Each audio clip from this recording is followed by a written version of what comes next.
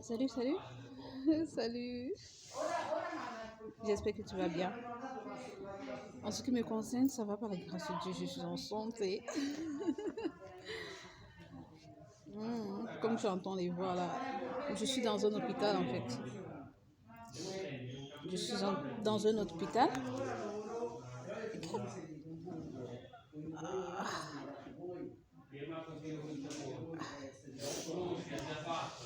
Ils sont en train de vérifier si je suis normale.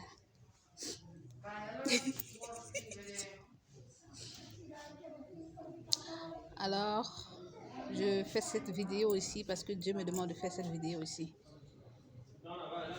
Certains me connaissent, d'autres me regardent là, on se demande mais c'est qui même cette fille?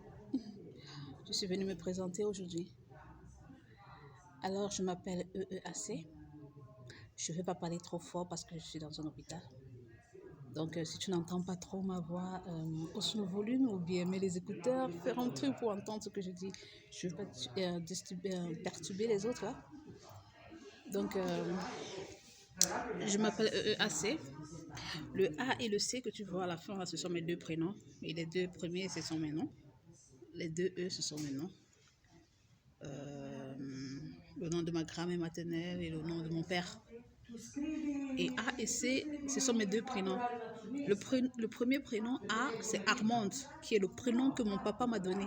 Le prénom de mon père, il s'appelle Armand et il m'a donné son prénom, Armande. Il a juste ajouté un E à la fin de son prénom pour donner un prénom à sa fille. C'est magnifique. Alors, je m'appelle Essebe, Essenge, Armande, Christelle. Je suis de nationalité camerounaise. Alors, voici mon histoire. En 2004, le 24 décembre 2004, la vidéo sera longue. Hein? Et si on ne finit pas, on va continuer une autre fois, d'accord? Le 24 décembre 2004, j'étais encore très petite. J'étais avec mes parents et on a montré le film de Jésus-Christ de Nazareth à la CATV. C'était la CATV aux environs de 21h30 comme ça que le film avait commencé. Alors en famille, nous étions en train de visionner le film. À un moment, c'était tellement long que le sommeil a emporté chacun et les gens sont tous allés dormir. Je me suis retrouvée seule au salon le 24 décembre 2004. J'ai voulu finir le film jusqu'à la fin. Donc j'ai regardé le film de Jésus-Christ de Nazareth jusqu'à la fin. Et à la fin du film, il y a eu un appel qu'on a fait. Il y a eu un résumé du film et un appel. Et quand on a donc appelé, on disait quoi? Si tu as écouté ce film et que ça t'a touché, si tu veux recevoir Jésus comme ton Seigneur et ton Sauveur personnel, pose ta main sur l'écran du téléviseur. Je t'ai dit tout à l'heure que je suis dans un hôpital, c'est pour ça que tu es en train de voir. Pose ta main sur l'écran du téléviseur et répète ces prières. Ils étaient donc en train de dire Seigneur Jésus, j'ai appris que tu es mort à la croix pour le pardon de mes péchés, je te donne ma vie, fais de moi une nouvelle créature, écris mon nom dans le livre de vie, j'ai décidé de te suivre maintenant jusqu'à la fin de mes jours. Donc ils ont fait ce résumé, ils ont fait cet appel et moi j'ai posé ma main sur l'écran de la télé et j'ai prié aussi ainsi. J'ai donné ma vie au travers de ce message à Christ en touchant l'écran du téléviseur. Et quand j'ai fini de faire la prière, en fait, qu'ils ont demandé de répéter, j'ai senti une paix au-dedans de moi. J'ai senti quelque chose de précieux, une paix que je n'avais jamais ressentie au-dedans de moi. Et mes larmes se sont mises à couler. Et puis je me disais, mais qu'est-ce qui m'arrive? Qu'est-ce qui m'arrive? Qu'est-ce qui m'arrive? Et après, j'ai retiré la main sur la télé, j'ai éteint et je suis allée me coucher comme les autres. C'est dans ce jour que j'ai donné ma vie à Jésus-Christ de Nazareth pour la première fois, le 24 décembre 2004. 2004. Alors, mes parents et moi, toute ma famille, nous sommes des chrétiens de l'église évangélique du Cameroun, EEC, l'église évangélique du Cameroun, qui est une église protestante. Mes grands-parents sont nés là-bas, mes parents sont nés là-bas. Donc, nous aussi, on a commencé à suivre cette église comme ça, mes frères et moi. Donc, nous allions à l'église protestante. Le 24 décembre alors 2004, j'ai donné ma vie à Christ au travers de cet appel que j'avais vu à la télé. Et le 25 décembre, en 2020, en 2005, mon papa va organiser le baptême, une fête pour qu'on aille tous se baptiser en famille au village. Alors, nous sommes allés nous baptiser en famille au village. Nous étions protestants, mais on ne s'était pas baptisés encore. Donc, nous sommes allés nous baptiser à l'église de protestants au village. Mon papa a fait une grande fête, on a acheté des vêtements blancs, ma maman a apporté le blanc, mon papa le blanc, tous mes frères le blanc. Nous étions tous vêtus du blanc ce jour-là. Et c'est après ça qu'on a commencé à prendre la communion à l'église protestante. Excepté ma petite sœur, la Benjamin, qui est encore toute petite, Monique. Elle était encore toute petite et le pasteur de l'église l'avait dit que bon, on commence à prendre la communion à l'âge de 12 ans parce que quand tu es encore petite comme ça, tu ne peux pas prendre la communion. Alors, c'est ainsi que elle ne pouvait pas prendre la communion. Nous avons pris la communion pour la première fois parce que nous nous sommes baptisés et on avait déjà plus de 12 ans. Alors, après ce baptême, alors, on a fait la fête et nous sommes rentrés dans la ville où nous étions, où mon papa travaillait en fait. C'était la ville de Mbanga. Mon papa, en fait, il était officier principal de police à l'époque. Et nous sommes retournés après le baptême là-bas. Après la fête au village, nous sommes retournés là-bas et nous, on a continué à aller à l'école. Et puis mon papa, lui, il a continué son boulot. Et puis bon. Alors, après ce baptême-là, il y a eu un phénomène de transe dans le lycée où mes frères fréquentaient. Quelque temps après ce baptême. Parce que lui, le baptême, en fait, le pasteur, il nous avait versé l'eau sur la tête. Il y avait une dame qui portait une petite cuvette. Il lui mettait la main à l'intérieur, il retirait l'eau, il versait sur la tête. Il dit, je te baptise au nom du Père, je te baptise au nom du Fils, je te baptise au nom du Saint-Esprit. Et on disait Amen, et c'était fait. On applaudissait, waouh, tu es baptisé. Donc, c'est donc passé. Alors, après quelques temps, il y a eu un phénomène de transe dans l'établissement où mes frères fréquentaient. Parce que tous mes frères, en fait, ils ont fait le lycée d'enseignement général. Je suis la seule à la maison qui a fait l'enseignement technique. Donc moi, je fréquentais dans un lycée technique qui était loin de la maison, tandis que mes frères, ils fréquentaient dans un lycée d'enseignement général qui n'était pas loin de la maison, c'était tout près. Donc, comme mon établissement était loin, mon papa avait cherché un chauffeur qui venait me porter tous les matins pour aller me laisser à l'école et tous les soirs pour me ramener à la maison. Donc, c'est ainsi que ça se passait. Un jour, alors, j'étais à l'école et j'ai reçu un coup de fil de ma mère. Elle m'a appelé, elle m'a dit, laisse ce que tu fais à l'école là et viens rapidement, ça ne va pas ici. J'ai dit, maman, il y a quoi? Ça ne va pas de l'établissement de ta soeur, les enfants sont en train de tomber de part et d'autre et tes soeurs sont à l'intérieur. J'ai dit, quoi? C'est ainsi que ce jour-là, j'ai emprunté une moto et je suis arrivée à la maison, j'ai trouvé ma mère. Et les gens, il y avait des mouvements partout dans le quartier, les motos circulaient de part et d'autre. J'ai dit, mais qu'est-ce qui se passe? On dit, il y a un phénomène de transe dans l'établissement de tes sœurs. Et les filles sont en train de tomber, les enfants tombent de part et d'autre, en particulier les filles. Les enfants sont en train de tomber, ce qui fait que chaque parent venait prendre son enfant pour aller traiter son enfant afin que son enfant ne meure pas. Donc, mes parents, alors, ils ont pris... J'avais deux de mes sœurs qui étaient victimes. Donc, les parents, on montait, on descendait pour trouver la guérison, quoi.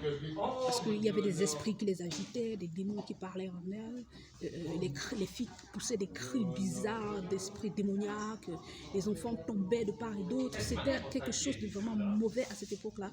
Et certains vandales du quartier ont même décidé d'essayer de brûler l'établissement, que si on n'arrête pas avec...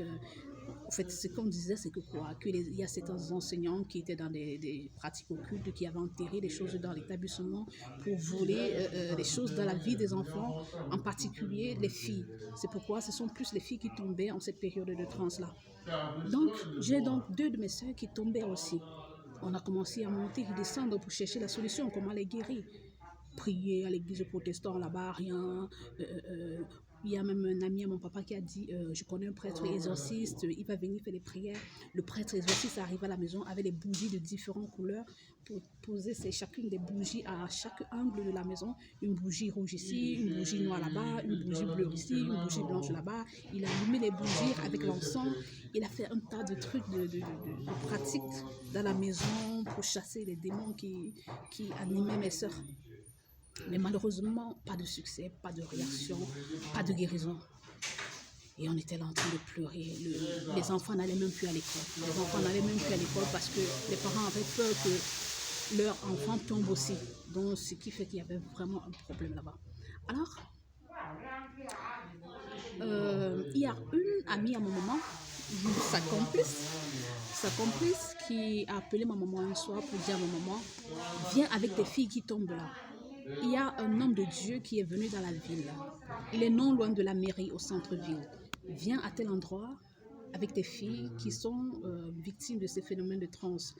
Cet homme de Dieu est venu ici pour faire les guérisons et les délivrances. Donc viens. C'est ainsi que ma maman, elle nous a appelés tous. Et nous sommes tous allés ensemble là-bas.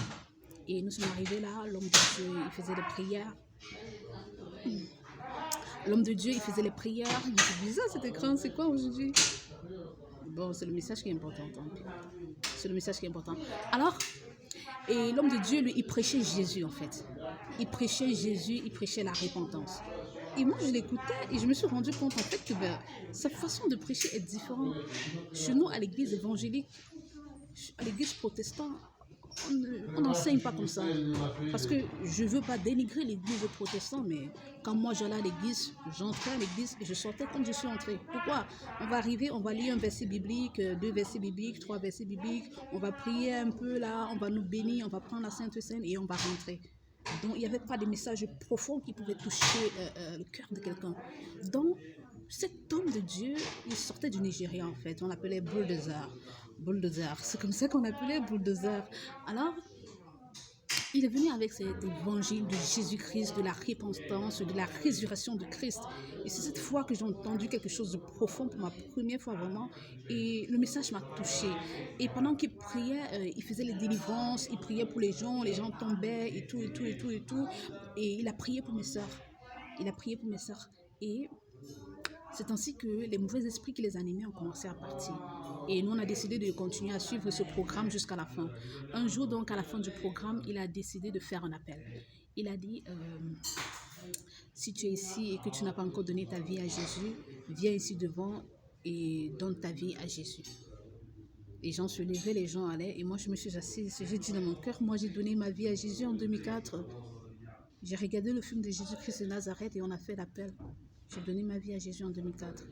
Et pendant que j'étais en train de parler au fond de moi comme ça, cet homme de Dieu a dit, si tu es ici et tu as honte de donner ta vie à Jésus en public, Jésus aura aussi honte de toi. J'ai dit, mais tiens, peut-être que le Seigneur veut que je le fasse aussi en public. Je me suis donc levée et je suis allée devant et j'ai confessé Christ pour une seconde fois.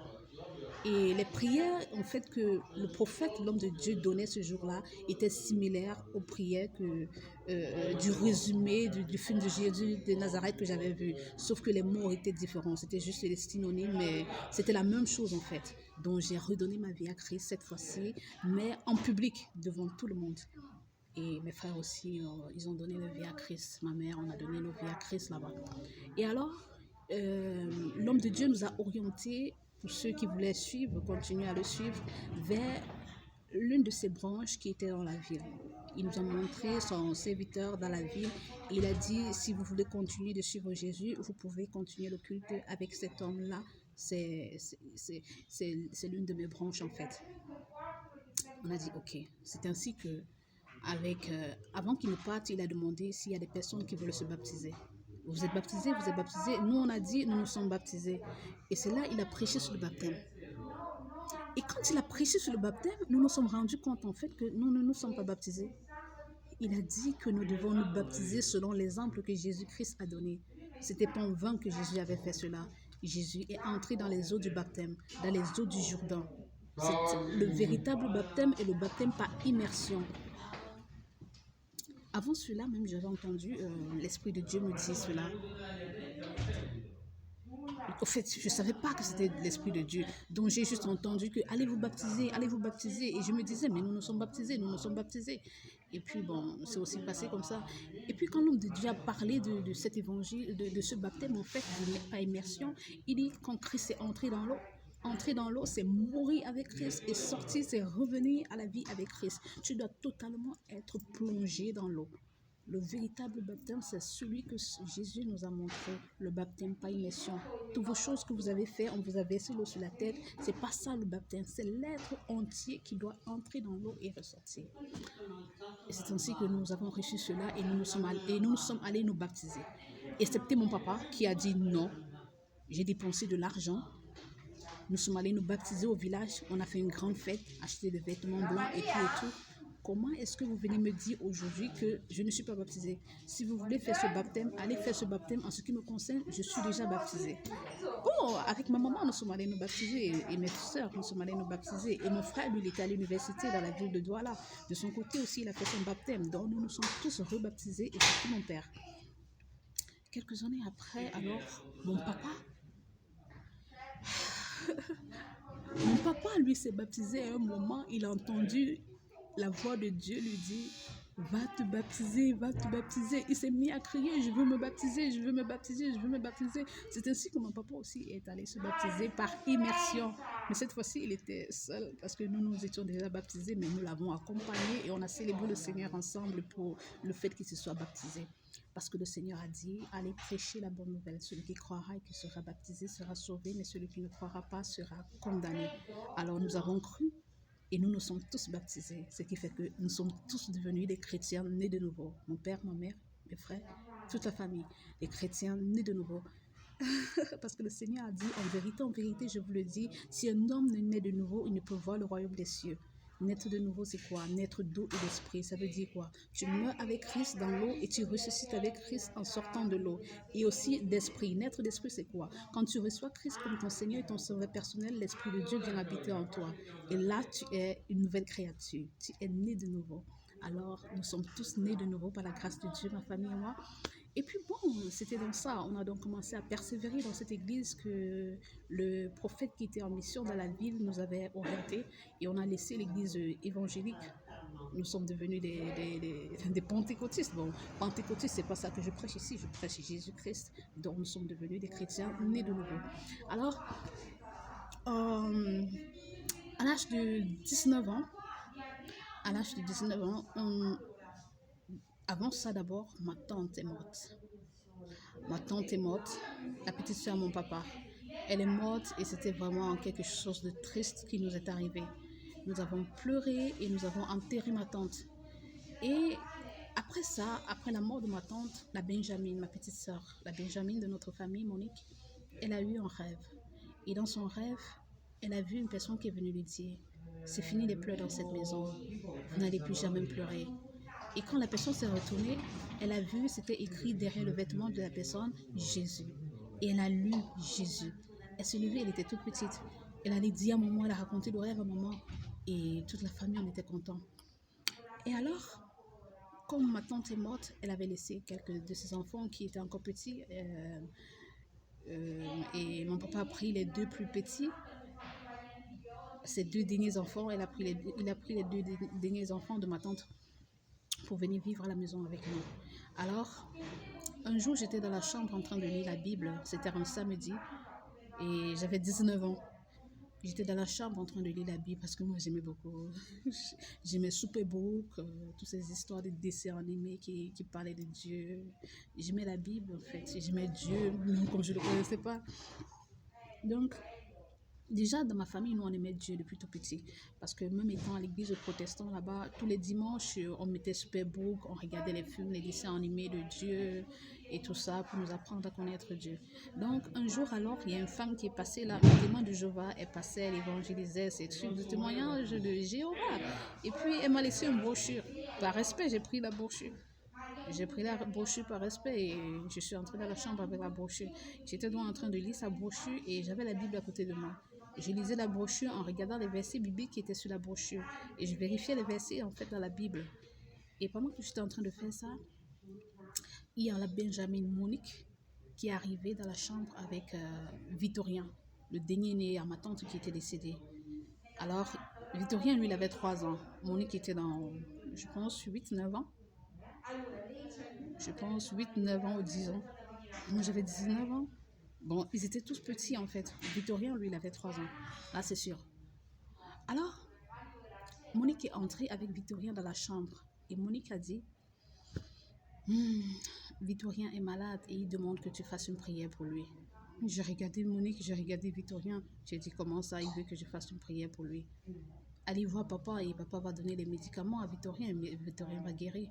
Et j'ai entendu Victorien, le petit garçon de 13 ans, me dire, je sais que si tu pries pour moi, je vais guérir. Je sais que si tu pries pour moi, je vais guérir. Étonnée de voir un enfant de 3 ans dire une chose pareille, je me suis mise à le regarder. Et du coup, je me suis rappelée d'une parole que ma maman dit souvent. Il ne faut jamais négliger la parole d'un enfant. Les enfants sont des anges. Quel que soit ce qui sort de la bouche d'un enfant, il ne faut pas le prendre à la légère. Et quand je me suis rappelée de cette parole de ma mère, j'ai dit, ok, d'accord, quand tu veux, viens. J'ai touché Victorien, il était tout brûlant. C'était la fièvre en fait. Alors, je ne savais même pas quel type de prière faire. J'ai voulu imiter les prières de ce prophète-là. Bon, je ne m'en sortais pas. Bon, j'ai pris mes mains et j'ai posé sur la tête de Victorien.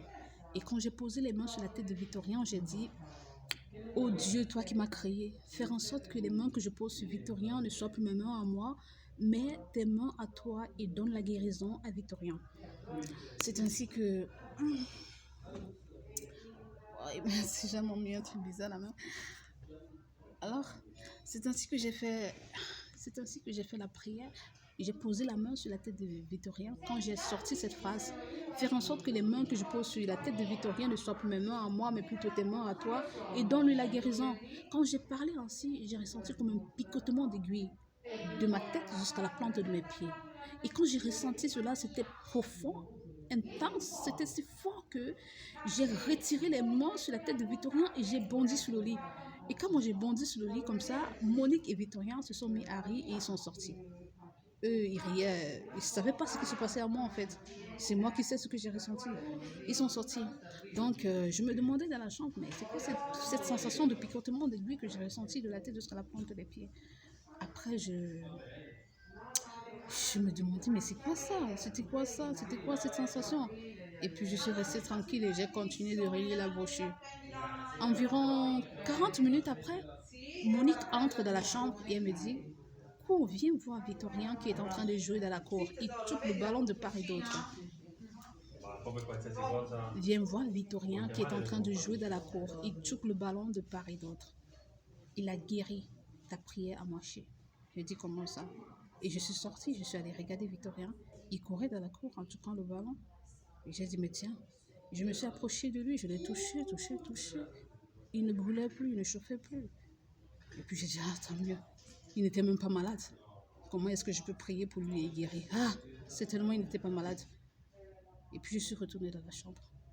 Et quand je suis retournée dans la chambre, c'est ce fameux jour que j'ai entendu la voix de Dieu pour la première fois. De façon palpable, de façon tangible. Je suis retournée dans la chambre et j'ai entendu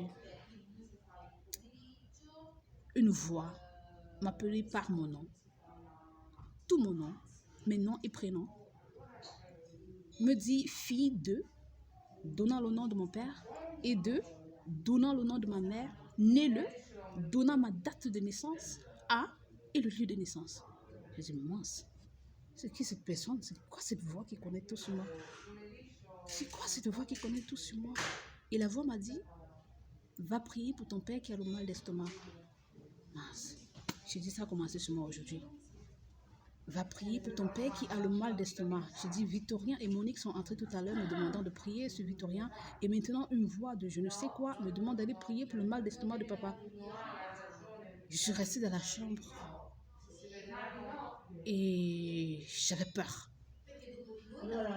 J'avais peur parce que j'ai regardé à gauche, j'ai regardé à droite, tous les coins de la chambre, j'étais seule. Il n'y avait personne. Et je demandais, qui es-tu? Qui es-tu? Qui es-tu? Et la voix m'a dit, tu me cherches depuis. Et maintenant que je viens à toi, tu as peur.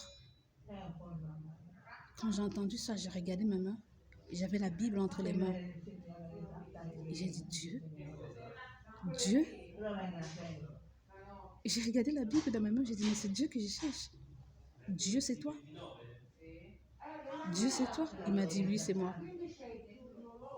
C'est moi qui ai envoyé Victorien et Monique vers toi pour que tu lui imposes les mains. Le picotement d'aiguille que tu as reçu de la tête jusqu'à la plante des pieds est un don de guérison. J'ai dit, pardon, je ne comprends pas. Le picotement d'aiguille que tu as ressenti de la tête jusqu'à la plante des pieds est un don de guérison que je t'ai donné. Et je suis restée.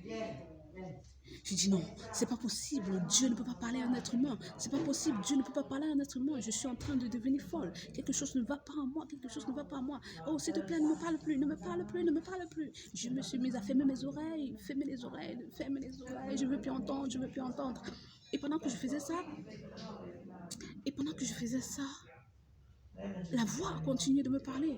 Va prier pour ton père. Et je me suis mise à prier.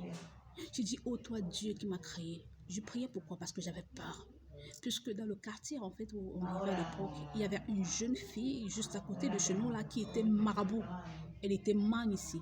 On disait que cette fille, avant de devenir marabout comme ça, elle entendait des voix qui lui disaient coupe les herbes, fais ceci, verse l'huile, fais cela. Et c'est ainsi qu'elle est devenue marabout. Et on l'appelait man ici. J'ai dit, oh Dieu qui m'a créé, je t'en supplie, je ne veux pas devenir comme cette fille. Dieu qui m'a créé, je ne veux pas devenir marabout. Je t'en supplie, je ne veux pas devenir marabout. Cette voix qui a commencé à me parler, j'espère que ce n'est pas la même chose que cette fille a vécu. Je rejette, je rejette, je rejette. Je ne veux pas devenir marabout. Je me suis mise à prier, le Dieu qui m'a créé, prier, prier, prier. Et je suis restée tranquille. Et la voix m'a dit, n'aie pas peur, tu ne seras pas marabout, tu ne seras pas mal ici. La voix qui te parle n'est pas la même voix qui a parlé à cette fille. La voix qui a parlé à cette fille venait du malin, venait du diable. Mais moi, je suis le Dieu qui t'a créé. Je ne te veux aucun mal. Et je suis restée, j'ai dit, Dieu, vraiment c'est toi? Et puis j'ai dit, ok, Dieu, si vraiment c'est toi, je vais me coucher là sur le lit et je vais dormir. Quand je vais me réveiller, si c'est vraiment toi qui es en train de me parler, dis-moi la même chose et j'irai prier pour mon père. D'accord? Il a dit d'accord. Et je me suis couchée, je me suis endormie. J'ai dormi environ 45 minutes, 1 heure de temps. Je me rappelle plus trop. Moins d'1 heure en fait. Environ 45-50 minutes, un truc comme ça. J'ai dormi, j'ai dormi, j'ai dormi. Et la maison dans laquelle je vivais avec mes parents, c'était une maison dans une barrière avec 4 chambres, salon, cuisine interne. Et bon, il y avait aussi une cuisine externe là et les WC dehors avec un puits dehors et un goyavier. Donc, dans la cuisine interne alors, ma maman classait les marmites, les marcocottes juste au-dessus là dans les armoires. Un couvercle d'une marcocotte est quitté de l'armoire et tombé. Et quand c'est tombé, ça fait le bruit, et le bruit du couvercle de la marcocotte m'a réveillée. Et je me suis réveillée. Immédiatement, quand je me suis réveillée, je me suis rendu compte que j'avais fait une quarantaine de minutes dans le sommeil. Et tout de suite, après que je me sois réveillée, la voix m'a de nouveau parlé. Tu m'as demandé, après ton réveil, si c'est vraiment moi qui te parle, que je te dise la même chose. Alors maintenant, lève-toi et va prier pour ton père qui a le mal d'estomac. J'ai paniqué et j'ai fui. Je suis allée à la cuisine externe. J'ai trouvé ma maman qui était en train de faire un mets. Et j'ai commencé à pleurer. Je pleurais. Et elle m'a regardée, elle m'a dit, ma fille, pourquoi est-ce que tu pleures? Je lui ai dit, maman, j'ai peur de devenir folle. Maman, j'ai peur de devenir folle. Maman, j'ai peur de devenir folle. Elle dit, pourquoi est-ce que tu dis une chose pareille? Tu ne seras jamais folle. Tu ne deviendras jamais folle au nom de Jésus. J'ai dit, amen. Mais je paniquais. Elle m'a dit, c'est quoi le problème? Et je me suis donc mise à raconter à ma mère du moment où Monique et Victorien sont entrés dans la chambre jusqu'au moment où il m'a dit, va donc prier pour ton père. Et quand j'ai raconté tout ça à ma mère, à ma grande surprise, elle s'est prosternée, levant les mains au ciel, et elle a dit ceci: béni sois-tu, ô Dieu qui a visité ma maison. Et moi, j'étais étonnée. J'ai dit, un truc comme ça m'arrive, elle est bénie Dieu. J'entends une voix qui me parle disant que je suis Dieu, et elle croit que c'est Dieu. Elle a dit, béni sois-tu, ô Dieu qui a visité ma maison. Et quand elle a dit cela, elle m'a dit, as-tu prié pour ton père comme il t'a demandé? Je dis non, pas encore. Elle m'a dit, mais qu'est-ce que tu attends? Viens, allons voir ton père. C'est ainsi que nous sommes allés vers mon père. Et elle a dit à mon père, ta fille a quelque chose à te dire, il y a quelque chose de merveilleux qui est en train de nous arriver. Raconte à ton père ce qui s'est passé. C'est ainsi que j'ai tout raconté à mon père et mon père a dit, prie donc pour moi. Et j'ai prié pour mon père aussi, pour son mal d'estomac. Mince. C'est ainsi que c'est passé. Alors, quelques jours après, je ne me rappelle plus c'était combien de temps après, mais c'était quelques jours après, Une semaine après, 2 semaines après, je ne me rappelle plus trop exactement. Après que j'ai prié pour mon père, je n'ai plus rien entendu. Je n'ai plus rien entendu et je suis restée là. Donc, quelques jours après, j'ai fait un rêve. Et dans ce rêve, j'étais seule sur la terre. Et j'étais seule dans le monde, en fait. Donc, c'était le monde. Il n'y avait pas de maison, il n'y avait rien. C'était juste la terre et le ciel. Et moi, j'étais sur la terre. Et j'ai entendu une voix venant du ciel dire, « Demande-moi ce que tu veux et je te donnerai. » Étant dans le rêve, je me suis rappelé du roi Salomon. J'ai dit, « Ah, Dieu avait demandé à Salomon, demande-moi ce que tu veux et je te donnerai. » Et Salomon a dit, « Je veux la sagesse pour pouvoir diriger ton peuple. » Mais moi, je ne peux pas demander à Dieu la même chose que Salomon. Il faut que je demande autre chose à Dieu. Et je me disais, qu'est-ce que je vais demander? Qu'est-ce que je vais demander? Et puis j'ai dit, que ta volonté soit faite dans ma vie. Et quand j'ai dit que ta volonté soit faite dans ma vie, il m'a dit, regarde au ciel. J'ai levé la tête, je regardais au ciel. Et il m'a dit, qu'est-ce que tu vois?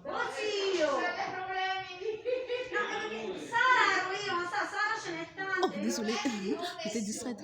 Il m'a dit, qu'est-ce que tu vois? Je regardais le ciel alors. Pendant que je regardais le ciel, je n'ai rien vu d'autre qu'une petite étoile. Le ciel était vide en fait. Il y avait juste une petite étoile au ciel. Et j'ai dit, bon, je vois une petite étoile, rien d'autre. Et il m'a encore dit, regarde encore bien. J'ai regardé. Il me dit, qu'est-ce que tu vois? Je lui ai dit, c'est cette petite étoile que je vois rien d'autre. Et puis il m'a dit, fixe bien cette étoile. Je suis restée et je me suis mise à regarder l'étoile, à fixer l'étoile. Plus je fixais l'étoile, plus elle brillait. Plus je fixais l'étoile, plus elle brillait. Plus je fixais l'étoile, plus elle brillait. L'étoile a tellement brillé au point où elle s'est éclatée et elle s'est multipliée en plusieurs autres étoiles. Et ces étoiles ont rempli le ciel et sont restées là. Waouh! Et puis je me suis dit, waouh, qu'est-ce que ça signifie ça?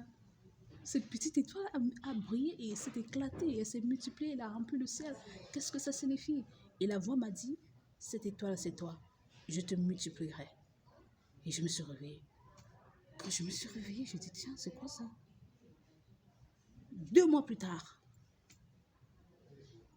je fais un rêve. C'était toujours dans la même maison. J'étais dans la chambre, en train de dormir. Et pendant que je dormais, je ne sais pas comment j'avais cette capacité de voir l'extérieur de la maison. Pendant que je dormais dans la chambre, j'ai vu le portail, le grand portail s'ouvrir seul, sans que personne ne touche. Et le portail s'est ouvert. Et lorsque le portail s'est ouvert, j'ai vu 3 êtres humains entrer. Ils avaient la même taille. Et ils étaient tous couverts de blanc, comme s'ils avaient pris des draps blancs, d'une blancheur type quand tu regardes les nuages. Tellement blanc. Les 3 êtres avaient tout caché en fait. Ils avaient caché tout là. Et ils sont entrés, tout couverts de ces draps blancs. Ils sont entrés sans toucher le portail. Et lorsqu'ils sont entrés, moi je me suis levée du lit, je suis sortie de la chambre et je suis sortie du salon sans ouvrir la porte centrale. Je suis passée comme ça et je les ai rejoints dehors. Et lorsque j'ai rejoint ces 3 êtres vivants dehors, ils m'ont dit, le Seigneur demande que tu fasses un sacrifice pour lui. Donne quelque chose à Dieu qui te coûte cher. J'ai dit, mince, qu'est-ce que je vais donner à Dieu? Qu'est-ce que je vais donner à Dieu? Je n'ai pas d'argent, je n'ai rien. Et puis je me suis rappelé du roi David. Dans le rêve encore. Hein. Dans l'autre rêve, je m'étais rappelé de Salomon. Et dans celui-ci, je me suis rappelé de David. Et dans le rêve, j'ai dit, oh, le roi David a dit, je ne donnerai pas une chose qui ne coûte pas à l'Éternel. J'ai dit, mais moi, je n'ai rien. Qu'est-ce que j'ai de coûteux qui peut plaire à Dieu? J'ai regardé autour de moi. J'avais juste un téléphone qui coûtait cher. Et j'ai regardé le téléphone. J'ai dit, ça, c'est tout ce que j'ai. Et ils ont dit, non. Tu peux donner tes cheveux en sacrifice à Dieu. Tu peux donner tes cheveux en sacrifice à Dieu. J'ai dit, hein? Tu peux donner tes cheveux en sacrifice à Dieu. Dieu demande que tu lui donnes tes cheveux en sacrifice. Et j'ai regardé les 3 êtres. Ils sont sortis sans toucher le portail. Le portail s'est ouvert seul. Et le portail qui était ouvert, ils sont sortis. Et quand ils sont sortis, le portail s'est refermé seul. Et après, ils ont disparu. Et je me suis réveillée. Le matin, quand je me suis réveillée, je me suis rappelée de ce songe.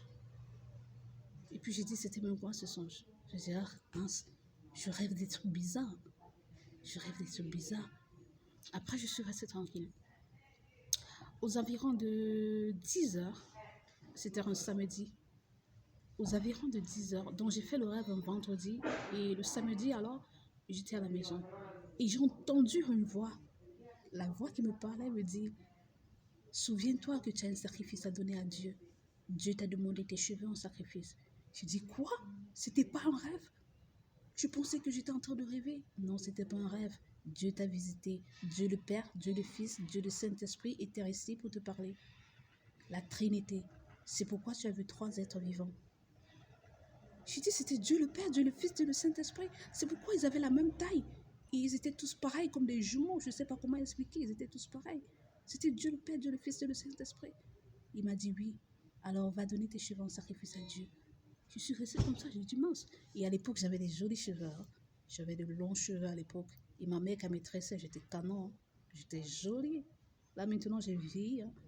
Alors, j'ai dit mince. Je vais donner mes cheveux en sacrifice à Dieu. Je serai congolais et je serai laide.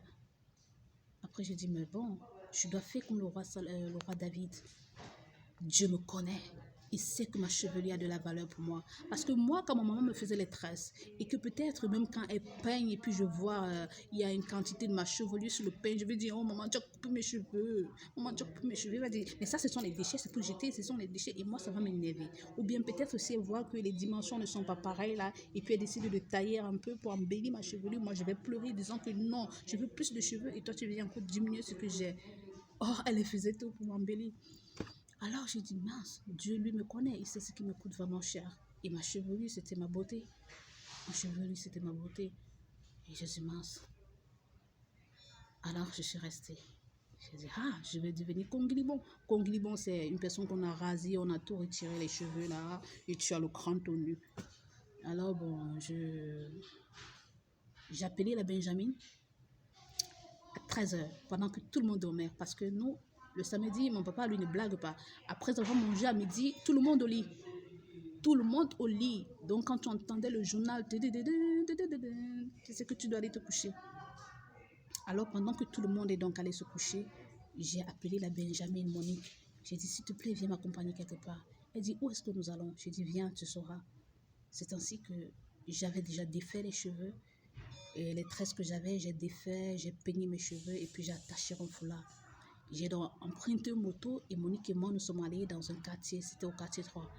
Nous sommes entrés dans un salon de coiffure d'hommes là, qui coiffent là. Et puis bon, son salon était sale, j'ai vu les tondeuses là, avec l'air rouillé et tout, et tout, et tout. Et puis j'ai dit non, je ne peux pas me raser ici, il peut me donner la maladie avec cette tondeuse là, mince. Et puis je suis ressortie, j'ai dit Monique, allons en ville. On emprunte une autre moto et nous sommes allés en ville. Et Monique m'a demandé, mais qu'est-ce que toi tu cherches dans les salons de coiffure d'hommes? J'ai dit, je veux couper mes cheveux. Elle s'est mise à rire aux éclats. Toi, couper tes cheveux? Non, tu ne peux pas le faire. Je te connais. Tu aimes trop tes cheveux. Je me suis mise à rire. J'ai dit, c'est sérieux, je veux couper mes cheveux. C'est ainsi que nous sommes arrivés en ville et nous sommes entrés dans un salon de coiffure. C'était magnifique, très propre là. Et j'ai eu le goût de m'asseoir en fait. Et le gars, le coiffeur, était là avec un autre gars. Ils ont dit, qu'est-ce que vous voulez? J'ai dit, je suis venue me coiffer. Te coiffer? Te coiffer comment? J'ai dit, je veux couper mes cheveux. Il dit, fais voir tes cheveux. J'ai retiré le foulard et j'avais des cheveux. Il a regardé son ami l'a regardé. Il a dit, tu veux couper ça? À quel niveau? Tu veux juste tailler un peu ou bien quoi? Je dis, je veux couper tout. Je veux le congolibon. Tu retires tous les cheveux avec la tondeuse. Les gars se sont mis à rire. Mais petite, tu es venue blaguer ici ou quoi? Je dis, non, grand frère, je ne suis pas venue blaguer. Je suis venue coiffer. On coupe ça à combien? Il m'a dit, tes cheveux sont beaucoup, ça fait 500. J'ai dit, d'accord, sans problème. Il m'a dit, ok, viens t'asseoir. Je me suis assise. Il a peigné tout ça, il a soulevé en l'air. Et puis il a dit à son ami, mais gars, il veut couper ça. Ils étaient en train de me taquiner. Et Monique me disait à côté, non, ne coupe pas tes cheveux. Elle ne savait pas que j'étais en train de faire un truc pour Dieu. Et puis,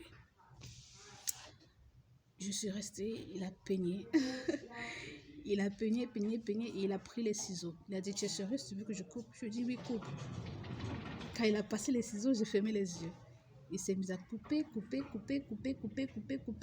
Et c'était déjà au niveau. Ah, bizarre. Il a donc rasé tout. Il m'a demandé, tu veux que je trace les bords? D'abord, les gars ont insisté. Ils m'ont dit, petite soeur, ne coupe pas tes cheveux. Tu es très jolie comme ça. Ne coupe pas tes cheveux. J'ai dit, je veux couper mes cheveux. Ok, comme tu insistes, on va couper, il n'y a pas de problème. Donc, le gars, il m'a rasé. Il a retiré tous les cheveux là. C'était versé au sol. Et puis, j'étais là comme ça. Quand il a fini, j'ai ouvert les yeux. J'étais tout comme un garçon. Et puis, j'ai dit, mince, c'est qui ça sur le miroir? Mince. Et alors, je voulais ramasser les cheveux. Le gars dit, non, ne te dérange pas, c'est la saleté. Je vais m'en occuper moi-même et je vais jeter. Et la voix m'a dit, ne laisse pas ta chevelure là-bas. Ramasse, nous allons jeter ça à la maison. Et j'ai demandé, s'il vous plaît, vous avez un plastique? Pourquoi? Je vais rentrer avec ma chevelure, je vais jeter moi-même. Ils ont dit, ok, sans souci. C'est ainsi qu'on a balayé, j'ai ramassé tous les cheveux là, j'ai mis dans le plastique. Et Monique et moi, nous sommes rentrés. J'ai dit à Monique, ne dis à personne que je me suis rasée. Un moment venu, je vais leur demander, ok, présente Armande, et je vais sortir là, tu vas me présenter, je vais retirer mon foulard, et celui qui veut rire, on va rire ensemble. Et Monique, elle s'est mise à rire. Elle s'est mise à rire. Alors, quand nous sommes arrivés, ils étaient encore en train de dormir. Et Monique, elle allait dans la chambre, elle attendait le fameux moment pour me présenter. Alors, moi, je suis allée aux toilettes, au WC de l'extérieur, pour jeter les cheveux dans le cabinet. Pendant que j'étais sur le point de jeter, j'ai entendu, non, ne fais pas ça, ne jette pas ta chevelure là-bas. Et j'ai dit, mais pourquoi? C'est déjà les déchets, c'est pour jeter. Va, sors, mets ça dans la cour, brûle et laisse la fumée de ta chevelure monter jusqu'au ciel. J'ai dit, mince, mais Dieu, il a des demandes bizarres, et ça va servir à quoi? Fais ce que je te demande. C'est ainsi que je suis sortie, j'ai pris les cheveux là, j'ai mis dans la cour et puis j'ai pris une allumette, j'ai claqué et là ça commençait à brûler. Pendant que ça brûlait, tu sais l'odeur de la chevelure, quand tu brûles la chevelure, un peu comme l'odeur de la peau d'un animal qu'on est en train de brûler là, ça sentait comme le bœuf, un truc bizarre. Et j'ai eu même l'odeur. Et je regardais la fumée la monter jusqu'au ciel. Je regardais. Et puis tous les cheveux ont disparu. Il y avait un petit qui était encore là, il m'a dit brûle ça, que ça finisse totalement. Je veux juste voir la cendre ça. J'ai brûlé tout. Il n'y avait plus rien comme cheveux. Et j'ai regardé la fumée monter jusqu'au niveau des nuages. Je ne voyais plus. Quand c'est arrivé à un niveau où je ne voyais plus, j'ai baissé la tête. Et je suis restée tranquille. Après alors, mes frères, mes soeurs, ils se sont réveillés. Ils étaient au salon, à la véranda, en train de s'amuser. Et moi, j'avais toujours le foulard sur la tête. Et j'ai dit, Monique, il est temps qu'on sache que je me suis rasée. Va à la véranda et tu vas me présenter. Alors, je suis restée au salon et ils étaient à la véranda. Et Monique a dit, maintenant, je vais vous présenter Cocorico, tout en se moquant de moi. Et je suis sortie, ils m'ont regardé et j'ai retiré le foulard sur la tête. Tout le monde s'est mis à rire aux éclats. Tu n'as plus de cheveux, mais qu'est-ce qui s'est passé? Et tout. C'est là que j'ai raconté en fait que c'était un sacrifice que Dieu m'avait demandé. C'est un sacrifice que Dieu m'avait demandé. Le jour dont j'ai fait ce sacrifice, j'ai eu un songe. Dans le songe, j'étais quelque part avec le micro, en train de parler à une foule de personnes. Mais seulement quand je regarde la foule qui m'écoutait, c'était tous des blancs. C'était tous des blancs qui étaient en train de m'écouter. Tous des blancs en train de m'écouter. Et puis je me suis dit, mais c'est quoi ce rêve? Ils étaient tous en train de m'écouter. Après avoir passé le message que j'étais en train de passer, je suis sortie. Et quand je sortais, eux, ils me poursuivaient. Les hommes me demandaient, s'il te plaît, autographe ici, signe sur mon livre, signe sur mon cahier. D'autres me présentaient leur t-shirt, signe sur ceci, signe sur cela, signe sur ceci. Et je me suis revue, j'ai dit, mince, pourquoi on me demande les autographes? Je serais écrivain ou quoi? Je serais écrivain. Et c'est quoi ce message que je passais aux gens là dans la foule? C'était quoi ce message? Je suis restée tranquille. Le lendemain, je fais un autre rêve. Je suis en train de marcher. Il y avait des foules de personnes qui m'entouraient et on avait mis des barrières entre eux et moi. Et je passais au milieu. Et les foules étaient en train de vouloir me toucher. Et c'était toujours encore des blancs. Ils voulaient me toucher, ils criaient, ils voulaient me toucher, ils criaient, ils voulaient me toucher. Et il y avait des policiers là qui les arrêtaient. Des policiers qui les bloquaient pour qu'ils ne me touchent pas, pour qu'ils ne me brutalisent pas, pour qu'ils ne me secouent pas, pour que... un peu comme une autorité quoi, qui est en train de passer et puis tout le monde veut toucher l'autorité. Je me suis réveillée, j'ai dit, mince, je vois des trucs bizarres dans mon sommeil. Mais ça signifie quoi tout ça? Moi en train de passer et les blancs en train de vouloir me toucher, me demandant des autographes, ça signifie quoi? C'est là la voix m'a dit, c'est vraiment toi que je t'ai montré. Un jour, je vais t'amener dans un pays étranger pour ma gloire. Un jour, je vais t'amener dans un pays étranger pour prêcher mon message. Va et dis-leur que Jésus-Christ est le Fils de Dieu et qui pardonne les péchés de quiconque croit. Délivre les malades, guérit les malades, chasse les démons. Mais avant de t'envoyer là-bas, tu vas commencer au village où sont nés tes parents, d'où tu viens. J'ai dit quoi? Et j'ai passé le message à ma mère. Et après, il m'a dit, l'heure est venue pour toi d'aller en mission au village. Va prêcher Jésus au village, guérissez les malades et chassez les démons. Mais sois prête, on va dire que vous êtes dans les sectes. J'ai dit à ma mère. Et à l'époque, en fait, mon papa lui demandait la permission pour la ville de Konsamba.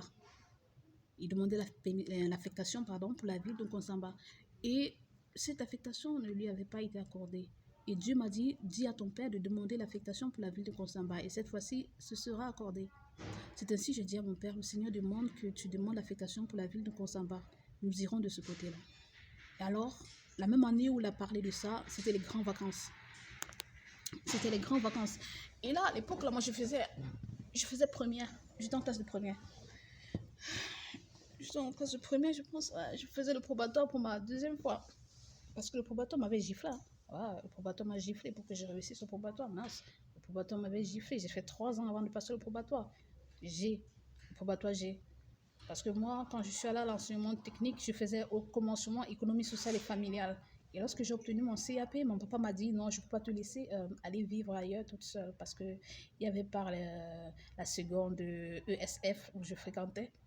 Donc, il fallait que je change de filière. C'est ça, mon papa m'a envoyé faire le concours d'entrée en seconde G où j'ai commencé à faire les comptabilités. Et moi, les comptables et les mathématiques et moi, on ne s'entendait pas trop. Ce qui fait que ça me giflait de part et d'autre là. Donc, c'était pas facile pour moi de passer le probatoire. Dans la période où Dieu m'a parlé, là, je faisais le probatoire pour la deuxième fois. C'est ainsi qu'après l'examen, nous sommes allés en mission au village pendant les grandes vacances. Avant ça, on était là, on perdait le temps et Dieu a envoyé l'ami de mon maman par qui il était passé pour nous amener sur ce prophète en fait. Pour dire, Dieu t'a donné un message pour aller prêcher au village. Qu'est-ce que tu attends? Va prêcher au village. Bon, la vidéo est très très longue là. On va continuer une autre fois, d'accord? Ouais.